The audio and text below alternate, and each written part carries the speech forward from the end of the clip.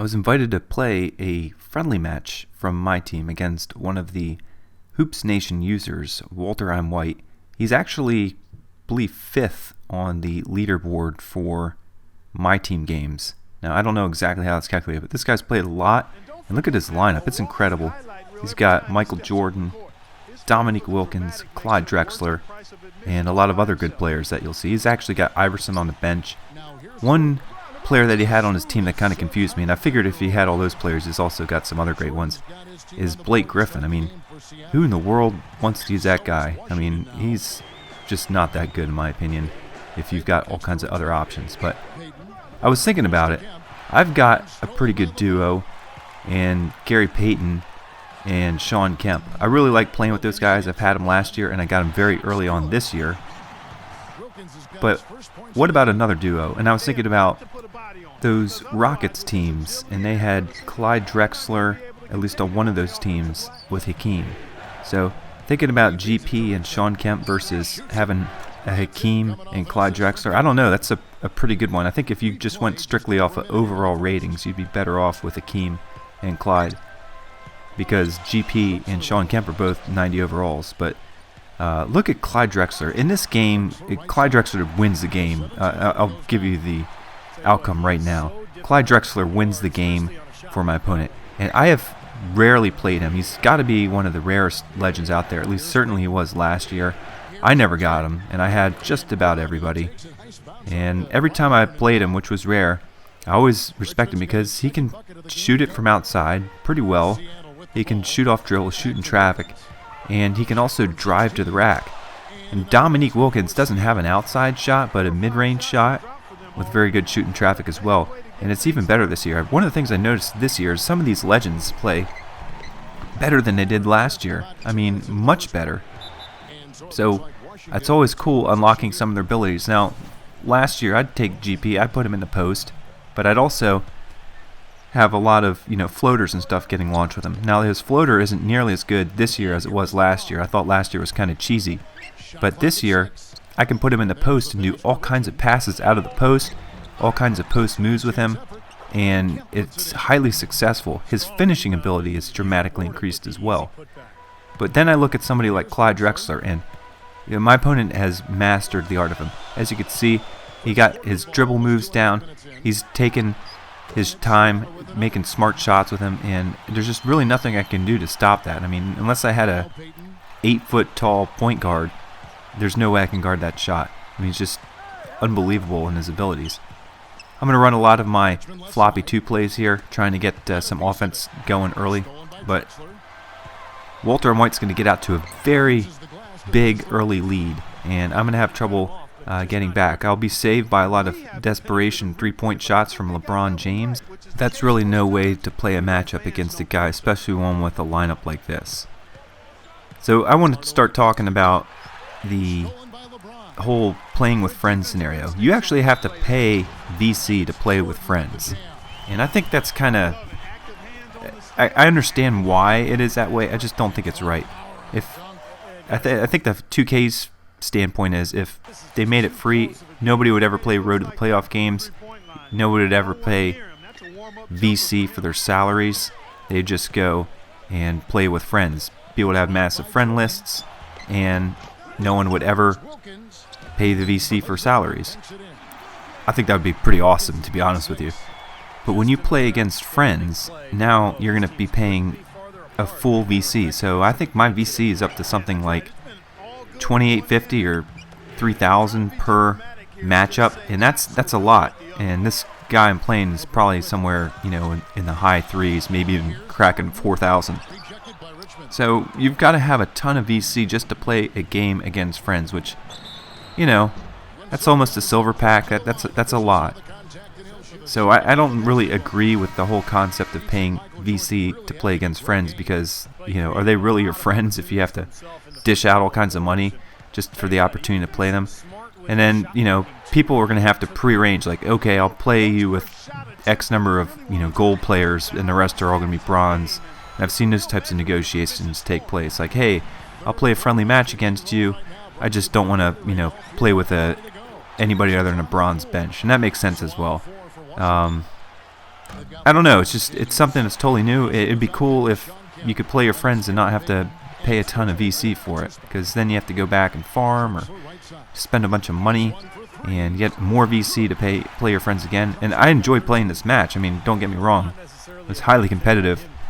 I thought it was going to get away from me at one point, but I would love to play this guy again just for the sheer practice and the fact he's not really cheesing too much. I mean, he actually plays the game fairly well. He plays relatively good defense. His dribbling is really good. He knows exactly how to take his time, not create too many turnovers, and be methodical about it, and then play to the strengths of his players. So I can understand why he's so high on the leaderboards.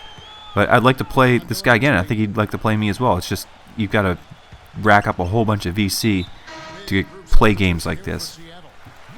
Another cool thing about playing friends is you know who you're going to play with. You know the lineup probably that you're going to be playing with ahead of time, and you can do it for bragging rights. So if you're going to pay VC for it, why not have some kind of prize?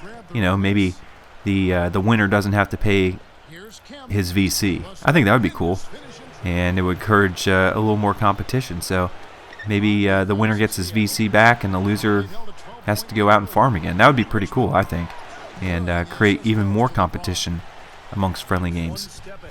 The other thing I'm looking for is what is going on with these tournaments. I've got all the way to, well, I'm looking ahead here, but I've made it past a couple of seeds already. And when you get past seeds, you're invited to these weekend tournaments, and it is available from Friday through Sunday. And when you go to the tournaments page in the My Team menus, on the weekend it says the tournament's already been closed and ended before it even starts, which blows my mind. So I was expecting these tournaments to be one of the bigger parts of the My Team mode this year. They were advertised by 2K as something that was going to be different and a game changer this year. And with those tournaments, you would be getting Sapphire players. Now, when I go to the tournaments page and check out the prizes, I think for something like the 8C tournament, you get like 500 VC. That's pretty much nothing. I mean, you're not even, I mean, that would cover 5 gold starters. It doesn't cover signature skills or anything. And if you know it's a tournament and you're playing live competition, you need to have signature skills, especially for people who are rising in seed. So I also wonder what the structure would be like. I mean, we may never know because the thing is apparently either glitched or they haven't opened up the idea yet. And a lot of people are advancing seeds and they'll never have the opportunity to go play in these, seed tournaments. Let's get back to this game. It's a minute remaining. It's been neck and neck. I was able to close the gap. My opponent's been playing a lot of really good basketball. Clyde Drexler's just been dominating me. When he's not dunking on me, he's hitting those jump shots. So I'm going to go to a very tall defensive setup. I have Wilt Chamberlain back in my lineup now. I use him strictly for late game defensive purposes. And I've got to. Sean Kemp is out of gas. I'm going to go with Carmelo for this instance, however, because Carmelo's got that three-point shot. And one of the cool things about Carmelo's jump shot is a lot faster this year, and that means he's going to get it off quicker. You see, LeBron is going to miss that three-point shot. Dominique's driving, he wants to dunk, but that's good enough. Now there's a 4-point game here as things are winding down. Let's see what I can do.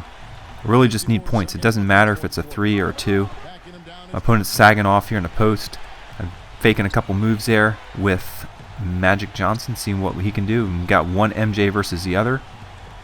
And he's just going to have to pass out to LeBron for a deep 2. And I give up the rebound opportunity. And MJ is driving down the court. I need to foul. See what I can do. MJ's just putting moves on everybody. Clyde's got the ball now. I'm pretty scared. This game's just going to get out of hand. Time is ticking down. And let's see what he does. Trying to get that one last steal.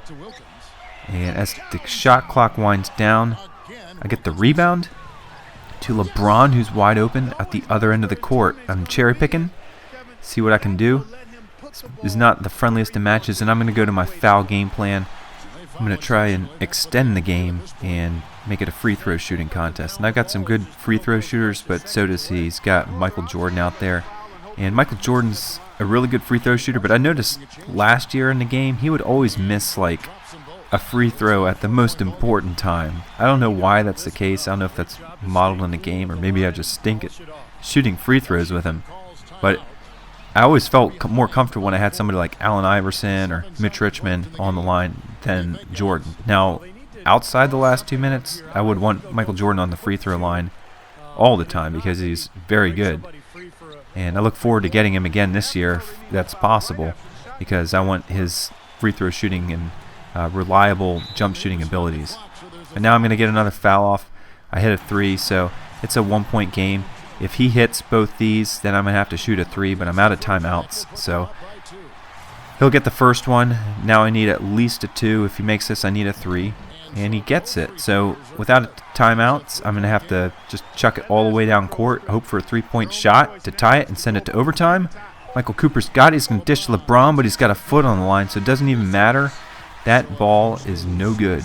And that's a close game against this guy, Walter M. White, but in reality, I think he had control the whole time. The score doesn't really show how much of a whooping he put on me.